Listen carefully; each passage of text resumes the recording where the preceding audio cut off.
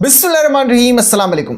BJP Hindustan के मुसलमानों के सामने खूब फड़फड़ाती है, लेकिन जैसे ही ये हिंदुस्तान से बाहर निकले इनके अंदर की बिल्ली बाहर आ जाती है, खिसियाना और खंबा नोचना चालू। ये अनसिविलाइज्ड, जाहिल और अनपढ़ों की एक जमात है जिनकी खुद की कोई आइडियोलॉजी नहीं है। सत्ता में आने के लिए किसी भी हद तक गिर जाएंगे, मुसलमानों को कुछ भी बोल देंगे, फिर अपना ही उगला हुआ एक बार फिर से उठाकर खा लेंगे। ये जितने भी मुद्दों के लिए भारत के अंदर पागल हैं, बाहर निकलते ही इनका दिमाग ठिकाने पे आ जाता है, चाहे वो कुछ भी हो, तालिबान, पाकिस्तान, गाय का गोश्त, मुगल्स या फिर बांग्लादेश, कुछ भी।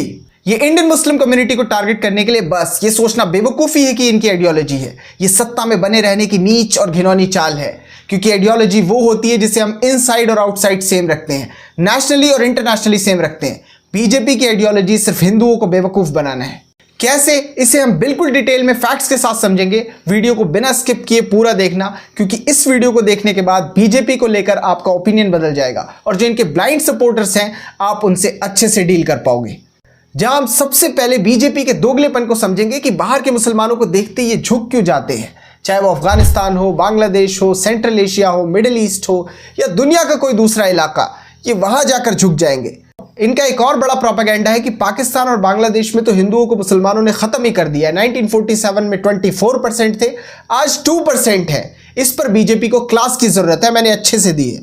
बीजेपी ने बिहार की इतनी बुरी हालत कर रखी है और वहीं से अपने चाटुकार खड़े कर रखे हैं, जो ना सिर्फ पाकिस्तान बल्कि आगे बढ़ के मुसलमानों को टारगेट करते हैं। ये बार बार अपना कंपैरिजन पाकिस्तान और बांग्लादेश से करते हैं, तो सोचा आज ठीक से कंपैरिजन कर दूं कि तीनों देशों की अभी क्या हाल है, आखिरी 70 साल में क्या था और बीजेपी कितनी तेजी से हिंदुस्तान को आगे ले जा रही है। और लास्ट में कंक्लूजन के साथ ये भी डिस्कस करेंगे कि इन लोगों को टैकल कैसे करना है। आपने मुसलमानों के खिलाफ मिस्टर नरेंद्र मोदी के एक नहीं कई स्टेटमेंट सुने होंगे, जिसमें एक बड़ा कॉमन है कि हम 1000 साल की गुलामी से आज़ाद हुए। मतलब आज तक जितने भी मुस्लिम एम्पायर्स हिंदुस्तान में आए वो सब गुलामी थी और अब 2014 में जाकर ये आज़ाद हुए। लेकिन कुछ दिन पहले एक बुक पब्लिश होनी थी टीपू सुल्तान के ऊपर। मिस्टर एस जयशंकर उसकी सेरेमनी में जाते हैं और वहां जाकर कहते हैं कि टीपू सुल्तान एक बहुत जटिल व्यक्तित्व है, आज की सियासत उन्हें अपने हिसाब से प्रेजेंट कर रही है।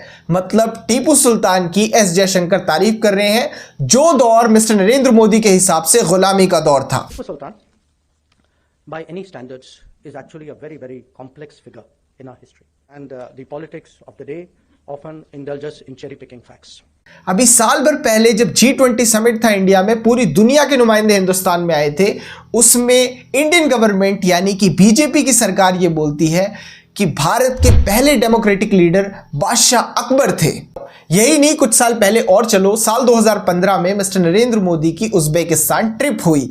उसमें वो उन सारी जगहों पर जाकर पहुंच जाते हैं जो बादशाह बाबर से रिलेटेड थी।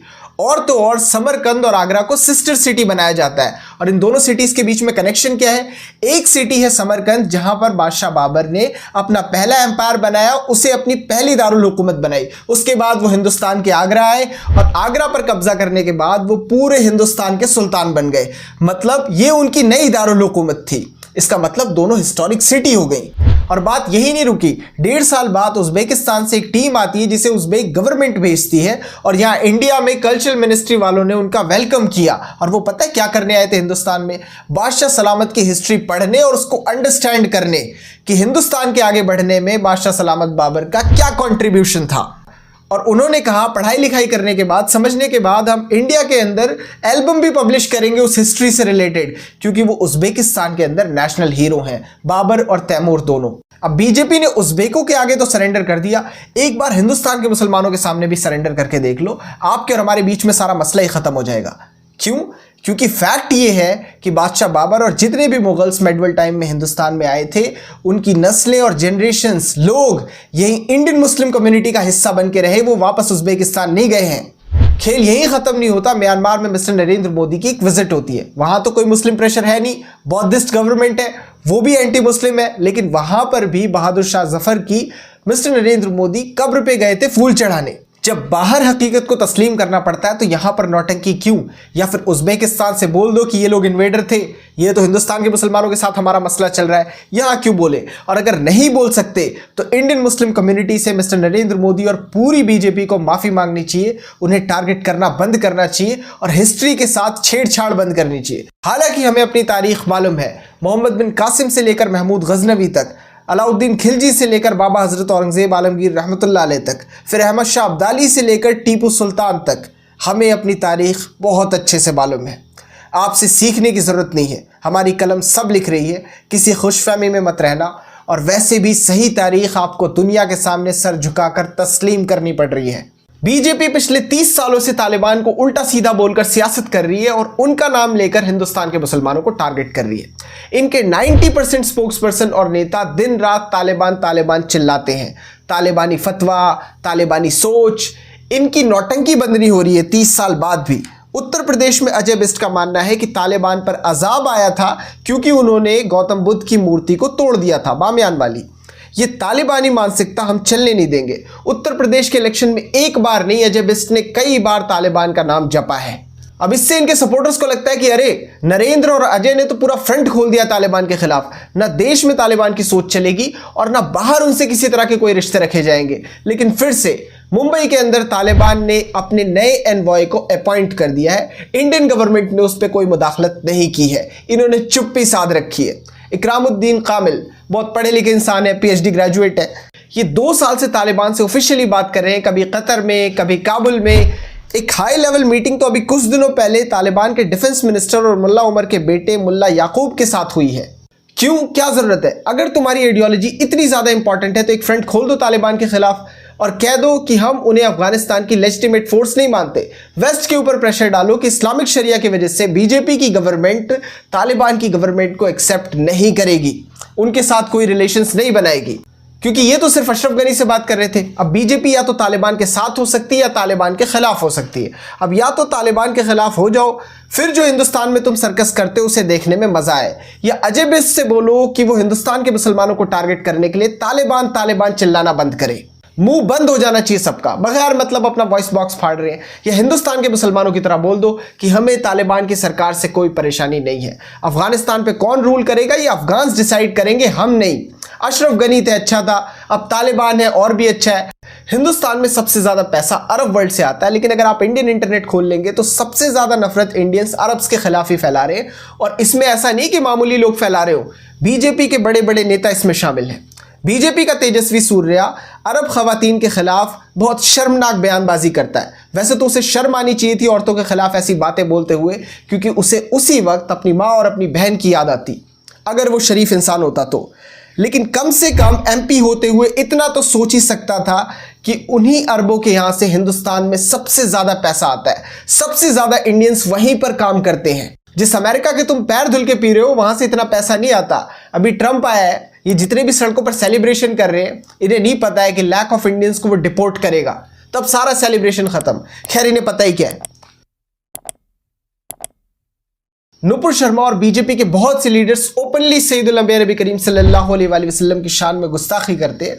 उसके बाद बीजेपी इन लोगों को बाकायदा बचाती है एडमिनिस्ट्रेशन से, जुडिशरी से, पुलिस से, कि कहीं उनके ऊपर कार्रवाई हो गई तो इनका तो खेल ही खत्म हो जाएगा।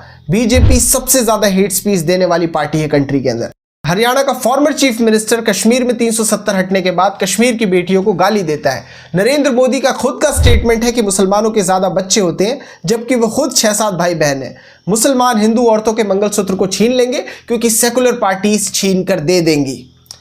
ये इन लोगों की टॉप टू बॉटम सबकी आइडियोलॉजी है। अगर आप डिफरेंस करोगे कि नहीं टॉप लीडर की आइडियोलॉजी अलग है, बाकी सबकी अलग है, तो ये भूसे में सुई ढूंढने जैसा है, ऐसा कुछ है ही नहीं। लेकिन जैसे ही मिस्टर नरेंद्र मोदी अरेबिया पहुंचते हैं, वहां कलमा, अजान, पैगंबरों की बात, सैयदुल अंबिया नबी करीम सल्लल्लाहु अलैहि वसल्लम की तारीफ, कल्चरल लिंक्स, मतलब 1000 साल के तो सांस्कृतिक टाइज है इंडिया और अरेबिया के बीच में।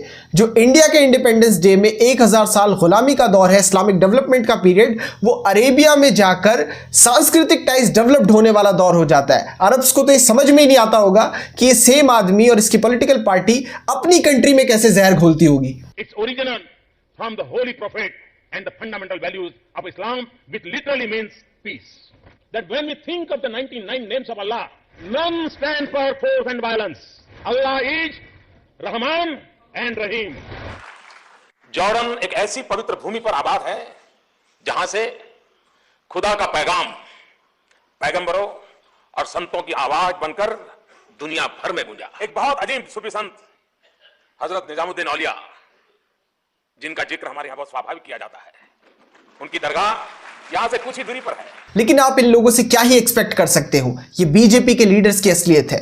ये हिंदुस्तान के सबसे बड़े स्टेट उत्तर प्रदेश की असेंबली है। एक तरफ चीफ मिनिस्टर अजय बिस्ट है, जुबान देखो, और दूसरी तरफ ओपोजिशन लीडर अखिलेश यादव। अगर वह एक छक्का मारते ना तो कहते रहे एक छक्का मार दिया तो छक्के हैं, और फिर बोले कि मैं तो वो हूं जो अकेला आया हूं, अकेले ही चला जाता हूं। हमने तो कभी नहीं पढ़ा कि छक्कों की भी शादियां हुआ करती हैं। वैसे तो इन लोगों के हजारों बयान हैं इस तरह के, लेकिन आपको एक एग्जाम्पल दिया गया है कि आपका मुकाबला इन लोगों से है, किसी सिविलाइज समाज के सिविलाइज लीडर्स से नहीं। मुसलमानों को जाहिलियत से बाहर आना पड़ेगा, तभी वो तरक्की कर पाएंगे। समाज को 250 साल पहले वाला बनाना चाहिए, गयूर, गैरतमंद, इज्जतदार और अनापसंद। अब आ जाते हैं गाय पर। ये स्पेशल गेम है बीजेपी का, इस पर ये बहुत अच्छा खेलते हैं। इसमें मैं क्या ही बोलूं, सबको पता है कि बेचने वाले हिंदू और जैन हैं, मोटा पैसा कमा रहे हैं। बहरहाल बीफ एक्सपोर्ट में इंडिया पहले या दूसरे नंबर पे ही रहता है, लेकिन APED यानी कि agricultural and processed food product development authority ये कहती है कि हम गाय का गोश्त नहीं बेचते, भैंस का गोश्त बेचते हैं, लेकिन गाय का नाम देते हैं उसे। क्या जरूरत है उसकी? सीधे बोलो ना, बफ है, कैरा बीफ है, या फिर रेड मीट है। कितने सारे नाम है भैंस के गोश्त के, यही नाम क्यों इस्तेमाल करना जो नाम गाय के गोश्त के लिए इस्तेमाल किया जाता है? बीजेपी से पूछोगे तो वो कहेगी APED से पूछ लो, 1 किलो भी बाहर नहीं जा रहा। लेकिन झूठ की एक लिमिट होती है, पर ये तो बेशरम है, इन्हें तो इन सब बातों से कोई फर्क ही नहीं पड़ता। ये जो उत्तराखंड और हिमाचल प्रदेश में सड़कों पे घूम घूम के नौटंकी कर रहे हैं कि हलाल टैग नहीं चाहिए, गाय का गोश्त बैन होना चाहिए, अपनी चहीती सरकार से बोलो ना कि गाय बैन कर दे और हलाल नहीं हराम टैग कर दे कि ये झटके का है। ये मैं तुम्हें बहुत अच्छा तरीका बता रहा हूं, मिडिल ईस्ट वाले लेना ही बंद कर देंगे। अब एक तरफ क्लेम हो गया और दूसरी तरफ हमने भी मान लिया कि गाय नहीं बेच रहे, सच बोल रहे हैं। फिर कहते हैं हजारों टन पकड़ा गया। अब ये कहां से आया? बताता हूं कहां से आया। ये इंडिया का मैप है। 10 स्टेट्स में तो सीधे गाय का गोश्त लीगल है, नॉर्थ ईस्ट, साउथ इंडिया और कश्मीर में। कश्मीर में बस नाम का बैन है, बाकी मिलता है, सबको पता है। 11 स्टेट्स में सांड और बैल दोनों लीगल है।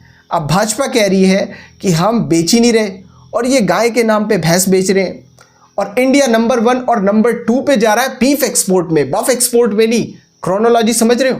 अब अगर इतने बड़े लेवल पर गाय के गोश्त का प्रोडक्शन हो रहा है, हम नहीं खा रहे, तो जा कहां रहा है? वियतनाम और मिडिल ईस्ट। अब इसका भी एक ही रास्ता है, कंप्लीट बैन ले आओ।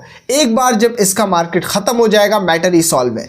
एक बार जब ये मार्केट से गायब और प्रॉफिट मिलना बंद, कोई रिस्क लेगा ही नहीं। कह दो कि हिंदी बेल्ट के हिंदूज की भावना इससे आहत होंगी, इसलिए हम पूरे इंडिया में गाय के गोश्त को बैन कर रहे हैं, north east, Kashmir, south India, सब जगह। और जब बैन लेकर आना तो एक बात का ध्यान रखना कि गाय, बैल और सांड तीनों हो, गाय और गाय के बच्चे सब, उसमें मुनाफिकत नहीं होनी चाहिए। उसके बाद मैं पर्सनली देखना चाहूंगा कि भाजपा का नशा कितने दिन रहता है हिंदुस्तान में।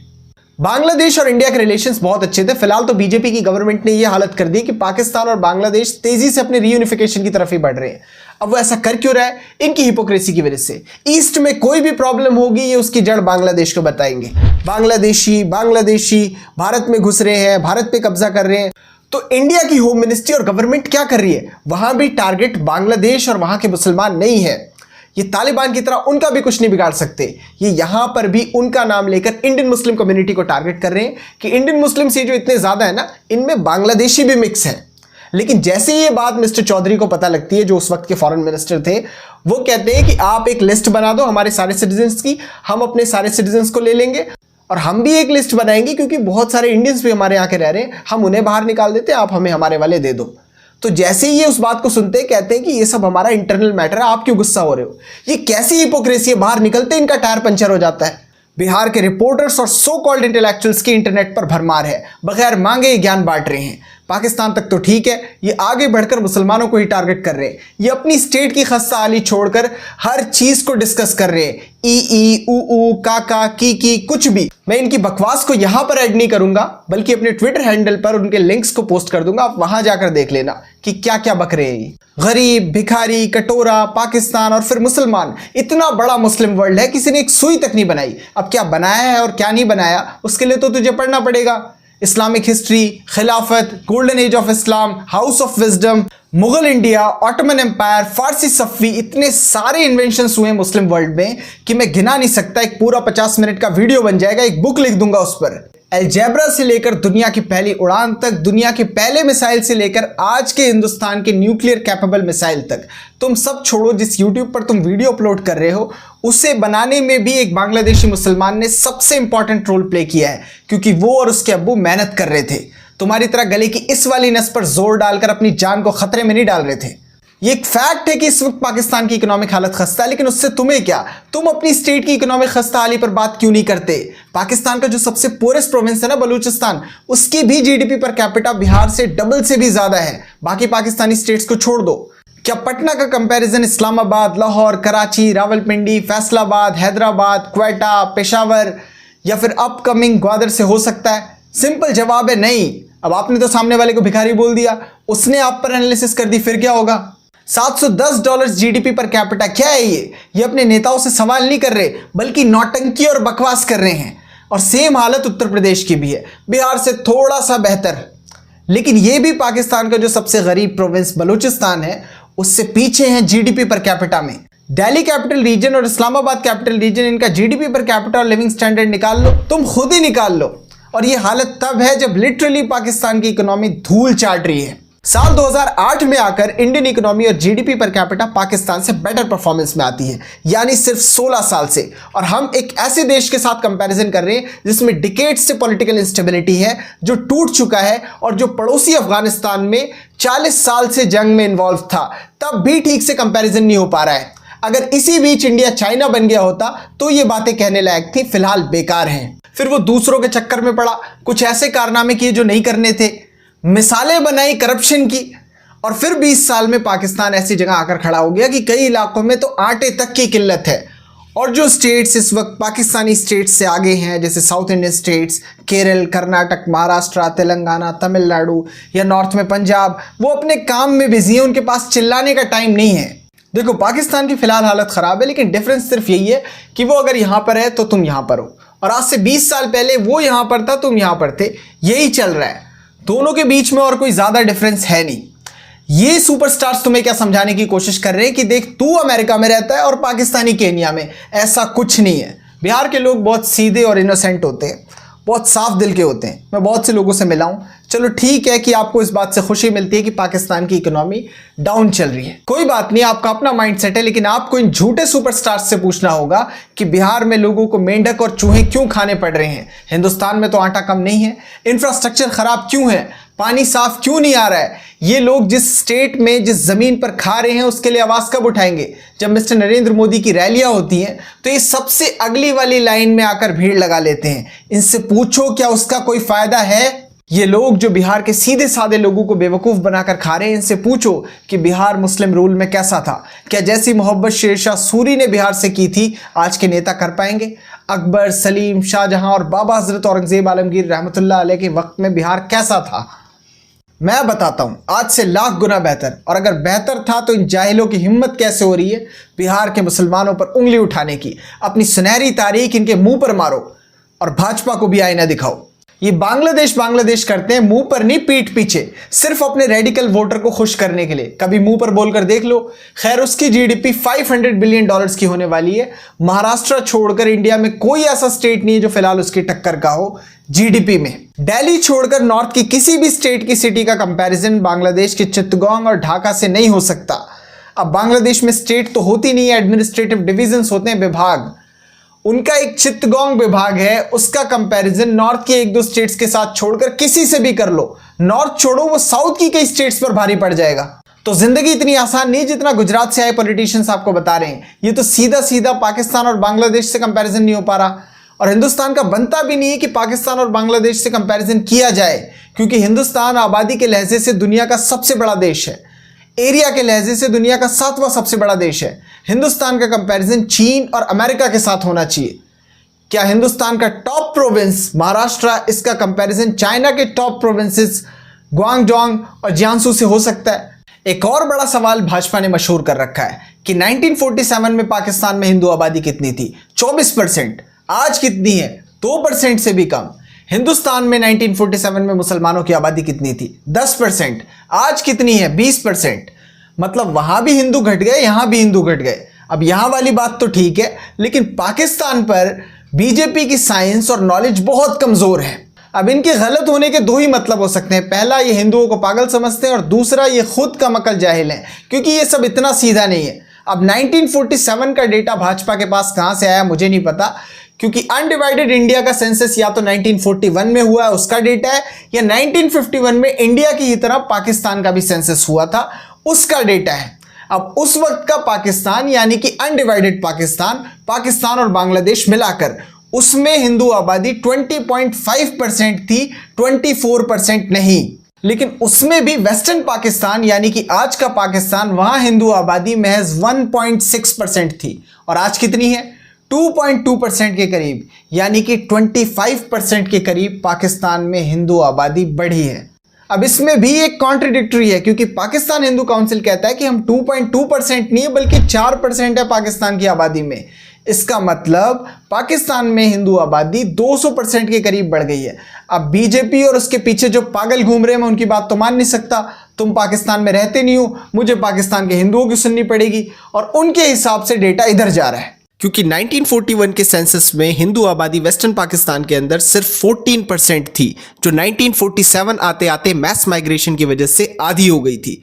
फिर 1947 से 1951 तक एक और वेव ऑफ माइग्रेशन होती है, जिसकी वजह से वहां आबादी सिर्फ 1.6% ही रह जाती है। तो बीजेपी के जाहिल पॉलिटिशियंस को ये सही वाला डेटा दिखा देना। अब आ जाओ बांग्लादेश पे। 1951 में हिंदू पॉपुलेशन वहां पर 22% थी, यानी कि एक स्ट्रांग आबादी। लेकिन 1971 में वॉर ऑफ लिबरेशन के बाद वहां हिंदू घटना शुरू हो गए। इंडिया ने जंग में हिस्सा लिया और दोस्ती कर ली न्यूली क्रिएटेड बांग्लादेश से, तो वहां से मदद और नौकरी के लिए लोगों का पलायन शुरू हुआ। ये कैसे रोकते? इन्हें तो अच्छा भी बनना था, प्लस जो सबसे बड़े लेवल पर बांग्लादेश छोड़कर भारत आ रहे थे वो हिंदू ही थे, क्योंकि उन्हें वेस्ट बंगाल और नॉर्थ ईस्ट में ज़्यादा सेफ फील हो रहा था। इस पलायन की वजह से नॉर्थ ईस्ट के आसम और बाकी सारी जगहों पर इंडिजीनियस लोग गुस्सा होने लगे और वो बंगालीज के खिलाफ हो गए। नॉर्थ ईस्ट में बंगालीज के खिलाफ नफरत बढ़ गई, क्योंकि वो अपनी जमीन छोड़कर दूसरों के रिसोर्सेज पर आकर कब्जा कर रहे थे। इसी की वजह से आसम में रिवॉल्ट हुआ, और नॉर्थ ईस्ट के लोग जो गुस्सा हुए वो क्या मुसलमानों पे गुस्सा थे जो बांग्लादेश से आए थे? नहीं, उनकी मेन नफरत बांग्लादेश से आए हिंदू बंगालियों के लिए थी। ये एक एथनिक कॉन्फ्लिक्ट था, कोई रिलीजियस कॉन्फ्लिक्ट नहीं था।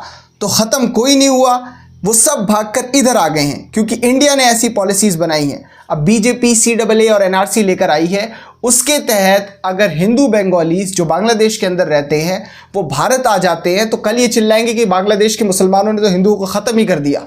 लेकिन वो फैक्ट नहीं होगा। उस हिसाब से तो हम भी बोल सकते हैं कि ईस्टर्न पंजाब के अंदर 52% मुस्लिम्स रहते थे, ये तो एक मुस्लिम स्टेट हो गई, हिंदुओं ने मुसलमानों को ख़त्म कर दिया। वेस्ट बंगाल के अंदर मुस्लिम कंसंट्रेशन बहुत ज़्यादा था, वेस्टर्न उत्तर प्रदेश के अंदर मुस्लिम कंसंट्रेशन बहुत ज़्यादा था। ये सारे लोग कहाँ गए? लेकिन हम जाहिल नहीं है, हमें पता है कि वो पलायन करके या तो वहाँ चले गए हैं या फिर वहाँ चले गए हैं। अब देखो, दोनों में से एक ही काम हो सकता है। तुम एक वक्त पे दो कश्तियों पर सवार नहीं हो सकते। क्या चाहिए? पाकिस्तान में हिंदू आबादी 24% होती और पाकिस्तान मुत्तहिद होता, या फिर आज ठीक है कि एक तरफ पाकिस्तान में हिंदू आबादी 2% है और दूसरी तरफ बांग्लादेश में हिंदू आबादी 8% है, क्योंकि बाकी के 14% इंडिया आ गए, खत्म कोई नहीं हुआ। सवाल फिर से तुझे पे आता है, तू क्या चाहता है? ऐसा नहीं हो सकता कि तुझे ये भी चाहिए वो भी चाहिए। पागल है क्या? पाकिस्तान ने अपनी माइग्रेशन पॉलिसीज बहुत टफ बना रखी थी, और इंडियन मुस्लिम्स ने तो 1947 में ही बोल दिया था, नो, इतनी सारी प्रॉपर्टीज छोड़ के नहीं जाएंगे। कॉन्फिडेंस था हमारे बुजुर्गों के पास, उन्होंने कहा कि 2-4 गुजराती मिलकर हमारा फैसला नहीं करेंगे, चलो अपना काम करो। हमें तो बंटवारा ही समझ में नहीं आ रहा। जो मुस्लिम टेरिटरीज थी दोनों साइड, जहां पर मुसलमान 90% थे, ये सेंट्रल इंडियन मुस्लिम्स को कह रहे हैं कि तुम लोग वहां पर चले जाओ और वहां की 10% आबादी यहां पर आ जाएगी। इन दोनों की आबादी मिलाकर जितनी आबादी थी वो आबादी सेंट्रल इंडिया में थी। अब ये कह रहे हैं कि कुछ लाख हिंदूज वहां से इंडिया आ जाएं और यहां से करोड़ों मुसलमान वहां जाकर कंसंट्रेशन बढ़ा दें। ये जाहिल पहाड़ी इलाकों को मिलाकर हमसे कहते हैं कि तुम्हारा हिस्सा पाकिस्तान में।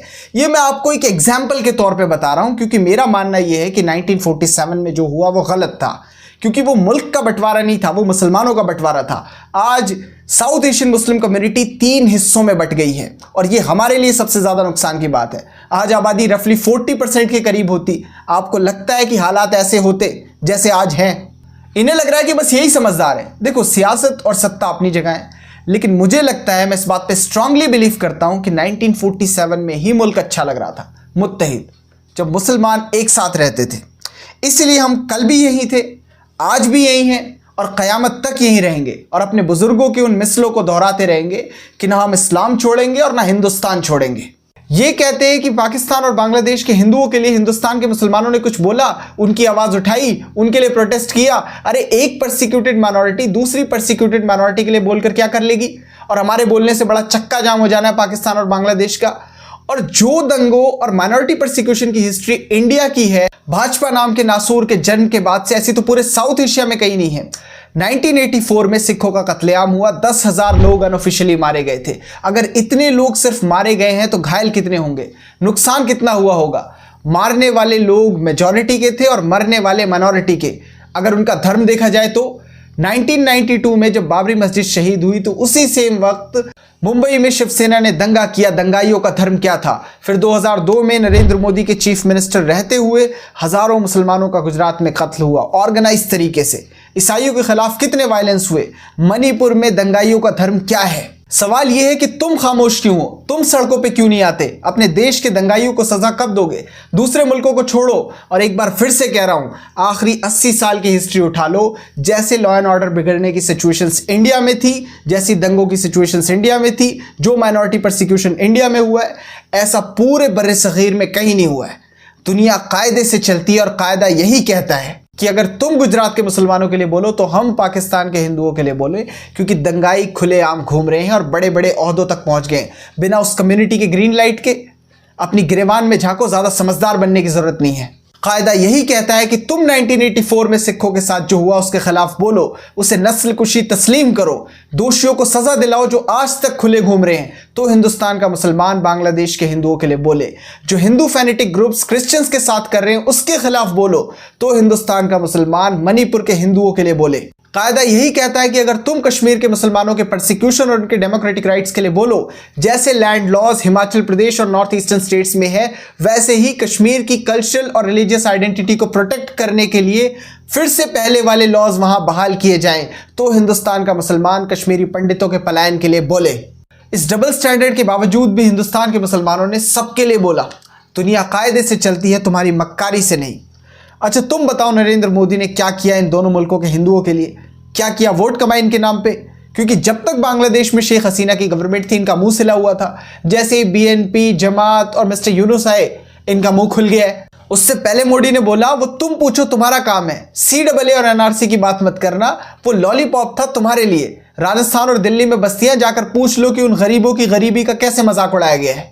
अब देखो, एक होता है इज्जतदार, गैरतमंद और उसूलों वाला दुश्मन जिसके लिए उसकी वैल्यूज और उसका कल्चर बहुत इंपॉर्टेंस रखता है। लेकिन आपके केस में ऐसा नहीं है। आपके सामने हिपोक्रेट्स यानी कि दोगलों की एक फौज है जो खुद जितने नीच और अनसिविलाइज्ड हैं वैसा ही अपने समाज को बनाना चाहते हैं, और जो हरकतें इनकी हैं एक दिन खुद खत्म हो जाएंगे, किसी को कुछ करने की जरूरत नहीं पड़ेगी।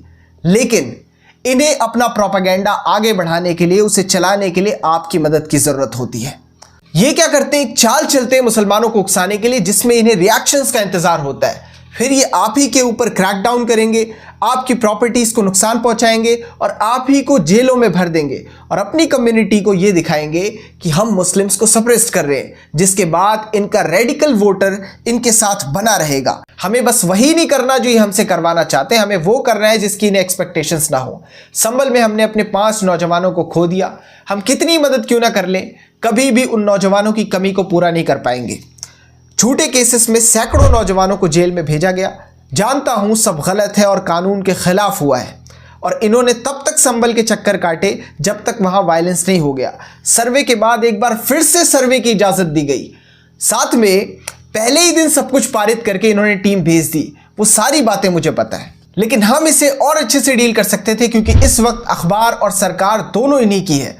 पहले सरकारी ताकत से दबा दो, उसके बाद मीडिया और अखबार से एक नैरेटिव बनवा दो। इसीलिए जरूरी था कि पीस कमेटी, मस्जिद का एडमिनिस्ट्रेशन, आस पड़ोस की मुस्लिम ऑर्गेनाइजेशंस, चाहे वो देवबंदियों की हों, बरेलवियों की हों, अहले हदीसों की हों, उन सबको बुलाओ, क्योंकि मस्जिद तो सबकी है ना। एरिया के वकीलों को अर्जेंटली बुलाओ, MLA साहब को बुलाओ जो सो रहे हैं, MP को बुलाओ, कॉर्पोरेटर को बुलाओ, आसपास के सारे ताकतवर लोगों को इत्तला करके उन्हें वहां पर इकट्ठा करो। ज्यादा भीड़ जरूरी नहीं है, इफेक्टिव भीड़ जरूरी है जिनकी आवाजों के मतलब हों।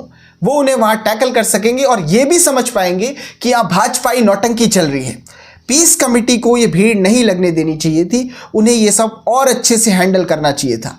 ये सिर्फ फिलहाल इनका पॉलिटिकल गेम है। अब ये उतनी हिम्मत नहीं जुटा पाएंगे क्योंकि इन्हें उससे होने वाले नुकसान का पता है। तो ये तुम्हें लीड करने दे रहे ताकि बाद में क्रैक डाउन कर सके, ये मत होने दो। संभल का मामला अयोध्या जैसा नहीं है, ये तो ख्वाजा मोइनुद्दीन चिश्ती रहमतुल्लाह अलैह के अजमेर पे नौटंकी कर रहे हैं। हिंदुस्तान की कोई शैतानी ताकत उसे छू नहीं सकती, लेकिन भीड़ से भाजपा को फायदा जरूर होगा। हमें अपने लोगों की जान की कीमत को समझना होगा।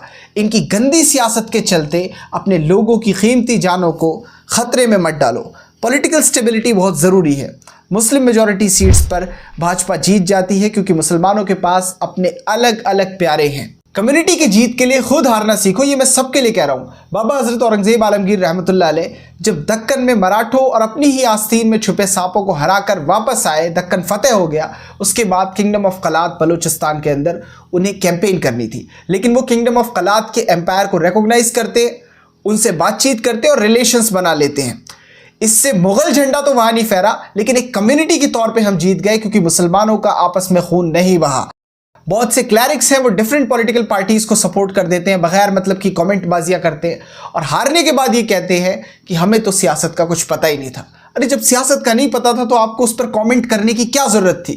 छोड़ो, सियासी लोग देख लेंगे। अब कोई सरकार बनाने जा रहा है, कोई चीफ मिनिस्टर की कुर्सी के लिए लड़ रहा है, कोई ओपोजिशन लीडर बनेगा, लेकिन महाराष्ट्र का मुसलमान सियासी तौर पर उजड़ चुका है।